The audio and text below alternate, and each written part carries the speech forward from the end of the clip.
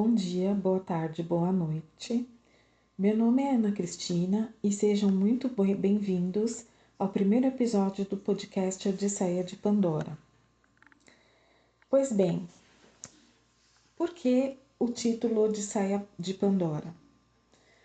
Houve uma época em que eu estava focada em estudar para concursos públicos, para, lógico, ocupar um cargo público, especialmente em tribunais. Então, como já faz bastante tempo, naquela época não haviam aulas online, as aulas eram todas presenciais. E havia uma maior interatividade entre professores e alunos.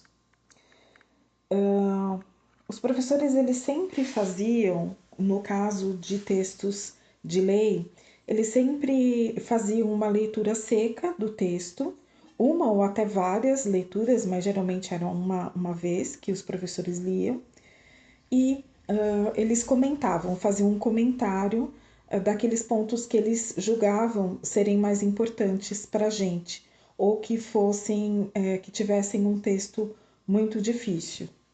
O objetivo seria esclarecer aqueles pontos para nós, ou então fazer com que a gente lembrasse desses pontos no momento da aula, no momento da prova, perdão.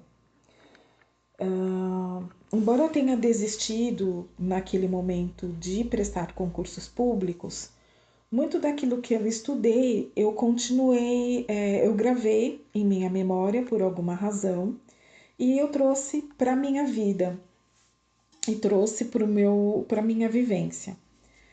Um desses pontos que na época para mim foi uma descoberta foi o parágrafo 2º do artigo 425 da seção 4 do Código de Processo Penal do Ordenamento Jurídico Brasileiro, que fala sobre do alistamento de jurados.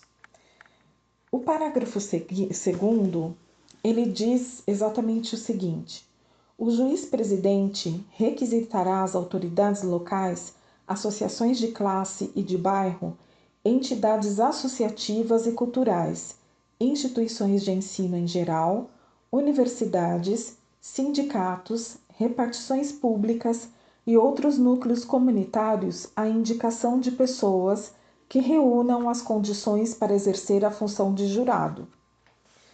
Então, se a gente for observar, é muito eclético, é muito abrangente a busca por jurados, por pessoas que vão compor o jurado, que são no total número de 25, e aqueles que compõem o conselho de sentença são 7 pessoas. Então, o juiz ele vai buscar pessoas em associações de classe e de bairro. Então, ele vai buscar pessoas, por exemplo, no Conselho Regional de Medicina, ele vai buscar pessoas na CUFA, vai buscar pessoas em associações de igreja e assim sucessivamente, compondo um grupo de pessoas muito variado, muito eclético. Eu me lembro que naquela ocasião, essa atitude ela me surpreendeu, porque a ideia que eu tinha era de que as pessoas que fossem compor um jurado fossem pessoas que tivessem algum tipo de formação, que fossem leitores, que fossem basicamente intelectuais. Mas não, a busca de jurados eram de pessoas do povo, eram cidadãos do povo. E eu me lembro que o professor disse mais ou menos o seguinte, que todas as pessoas elas têm algum tipo de sabedoria, sejam elas idosos, jovens, vendedores, donas de casa, taxistas, empresários, costureiras, enfim, quanto mais variedade, melhor.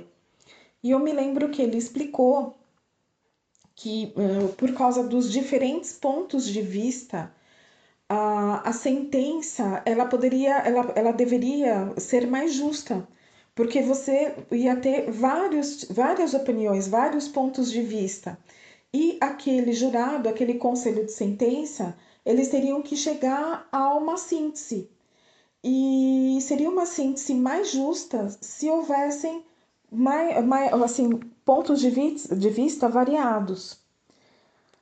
Essa frase e essa ideia, ela me chamou muito a atenção, ela me arrebatou, na verdade, e com o passar dos anos, ela acabou contribuindo para que eu criasse algo, no caso, no momento, esse canal no YouTube e também esse podcast, com esse nome de Odisseia de Pandora.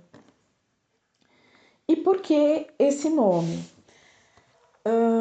Odisseia é um livro atribuído a Homero que vai falar sobre as aventuras de Odisseu, ou então de Ulisses na tradição romana.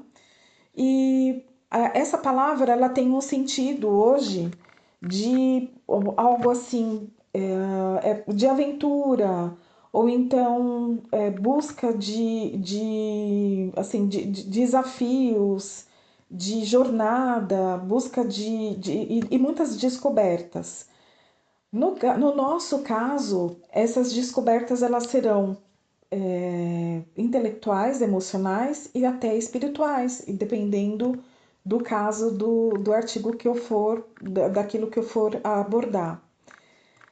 E Pandora é o nome de uma semideusa. Ela é considerada a primeira mulher da humanidade, segundo a mitologia grega.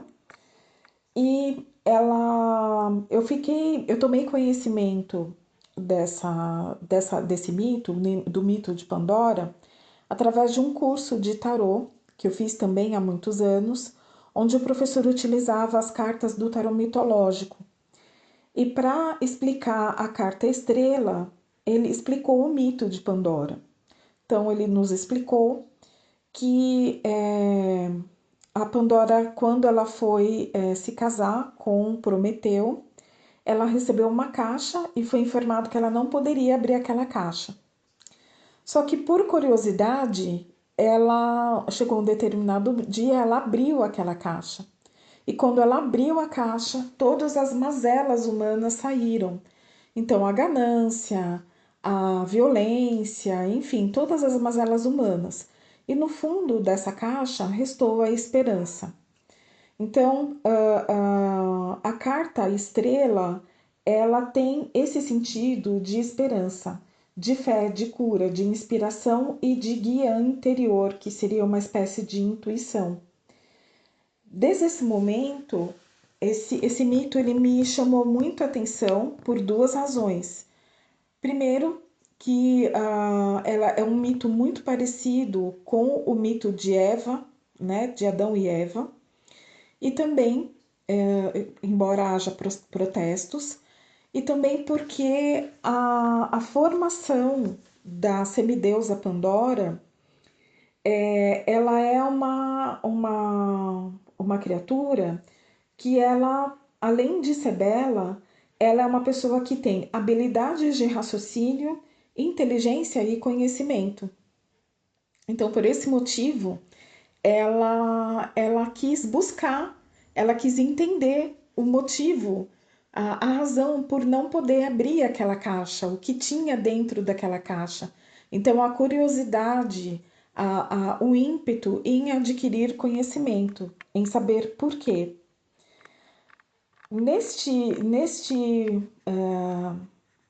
Nesse canal e nesse podcast, o meu objetivo vai ser abordar temas assim especificamente sobre cultura geral, com ênfase em artes, e a gente pode aqui destrinchar entre aspas, que tipo de arte seria.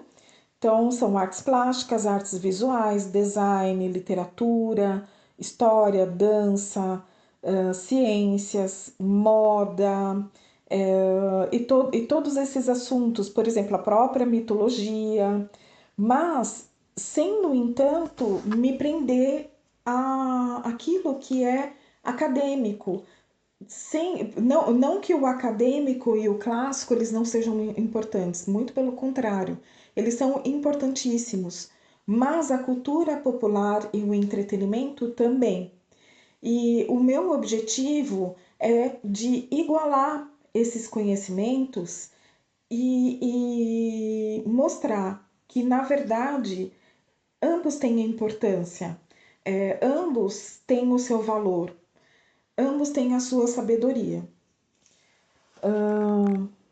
Então, o que a gente vai ver a partir de agora, perdão pelo meu gaguejar, mas nós vamos falar sobre obras de Machado de Assis, que é necessário, que aliás, Machado era uma pessoa do povo e que aprendeu sozinho, ele estudou sozinho tudo aquilo que ele sabia, ele era um autodidata. Então, esse é o nosso objetivo também, de busca de conhecimento, entre aspas, verdadeiro. Mas a gente pode também falar sobre aquilo que muita gente não gosta, por exemplo, o Jordan B. Peterson.